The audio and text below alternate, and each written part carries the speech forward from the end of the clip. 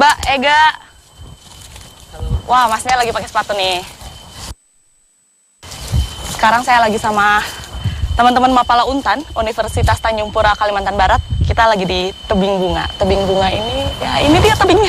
Kita mau manjat tebing di sini dan ini pertama kalinya buat saya. Jadi saya nanti bakal dibantu sama teman-teman Mapala Untan ini. Ini alat-alatnya apa aja nih? Alat-alat keselamatan wajib dikenakan agar aman sekaligus meminimalisir kemungkinan cedera. Selebihnya, semangat pantang menyerahlah yang sangat diperlukan, khususnya bagi saya. Saatnya menguji adrenalin. Saya akan mencoba memanjat dinding batu ini hingga ke bagian puncak tebing untuk pertama kalinya. Pelan-pelan saya mencoba melalui tiap senti tebing bunga.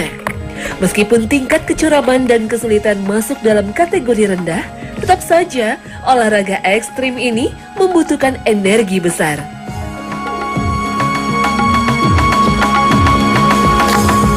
Rekahan atau gelombang tidak beraturan pada tebing andesit ini berguna sebagai pijakan kaki atau cengkraman tangan saat menggapai tebing vertikal dengan derajat kemiringan yang bervariasi. Batuan andesit di sini memiliki tingkat kekerasan yang tinggi dan umumnya berwarna hitam gelap.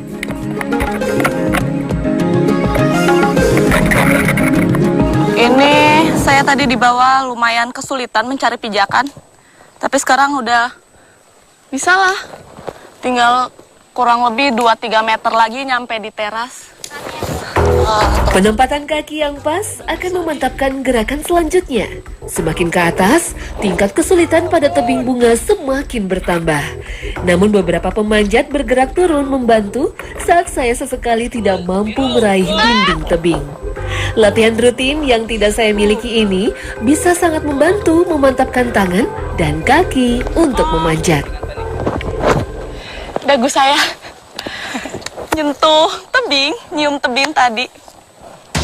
Meski nyali sedikit ciut, tapi rasa penasaran saya untuk menaklukkan tebing ini justru lebih besar lagi. Tarik dong kaki kanan, udah gak kuat. Ah! Mana? Wah.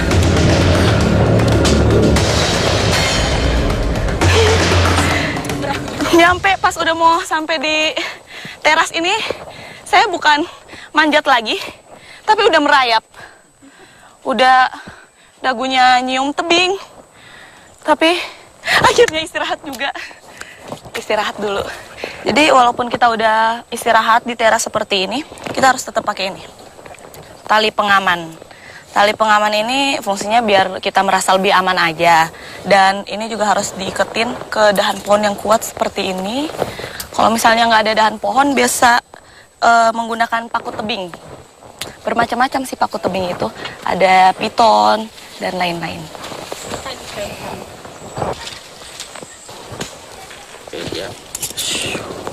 Saya udah ngelepas tali pengaman, sekarang saya mau lanjut lagi. Semoga bisa sampai di top.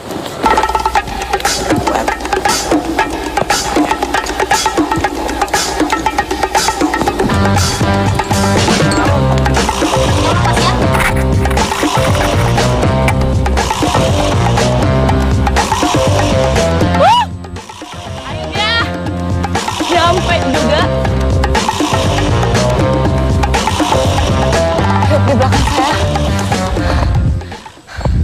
luar biasa melelahkan, tapi angin sepoi-sepoinya menenangkan hati. Akhirnya berhasil sampai juga di top.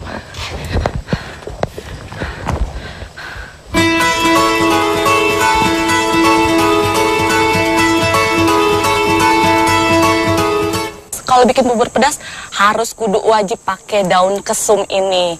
Kalau misalnya nggak ada daun kesum nggak bakal jadi tuh bubur pedasnya. Karena ini yang menjadi salah satu aromanya. Wangi banget. Polygonum odoratum atau daun kesum biasa tumbuh di daratan tropis Asia Tenggara dan terutama sangat mudah dijumpai di hutan Kalimantan. Daun ini juga menjadi bumbu wajib pada resep dapur khas Melayu, tidak terkecuali untuk menu bubur pedas. daun kesum ini kalau dilihat-lihat, kalau diperhatiin nih, tumbuhnya sama tumbuhan lain juga. Jadi ini termasuk tumbuhan liar dan wangi banget nih. Kok nagih sih? Beda, rasanya agak pedas-pedas pahit gimana gitu. Dan wanginya tuh wangi banget. Wanginya tuh seger. Gimana ya, susah diungkapkan dengan kata-kata.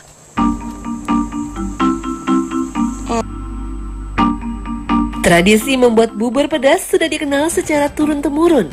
Meskipun kini tidak lagi menggunakan 40 macam sayur seperti pada zaman pembuatannya dulu, namun warisan kuliner Nusantara ini tetap diminati. Tadi udah dapet tumbuhan-tumbuhan yang di hutan, tapi udah kita tambahin lagi, sekarang udah banyak. Karena nyari 40 itu ternyata lumayan susah, jadi kita ngambil yang dari ladang.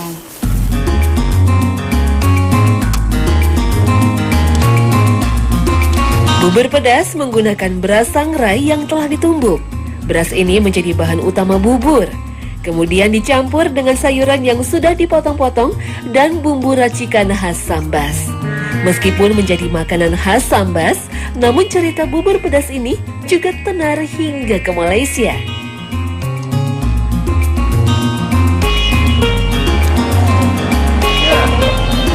Ternyata enak. Bubur pedas ini emang namanya bubur pedas, tapi nggak ada pedas-pedasnya. Bubur pedas ini rasa pedasnya datang dari daun kesum. Tapi daun kesum kalau udah dicampur sama tumbuhan-tumbuhan lain, sama sayur-sayuran lain, udah nggak berasa lagi pedasnya. Emang daun kesumnya berasa banget di lidah.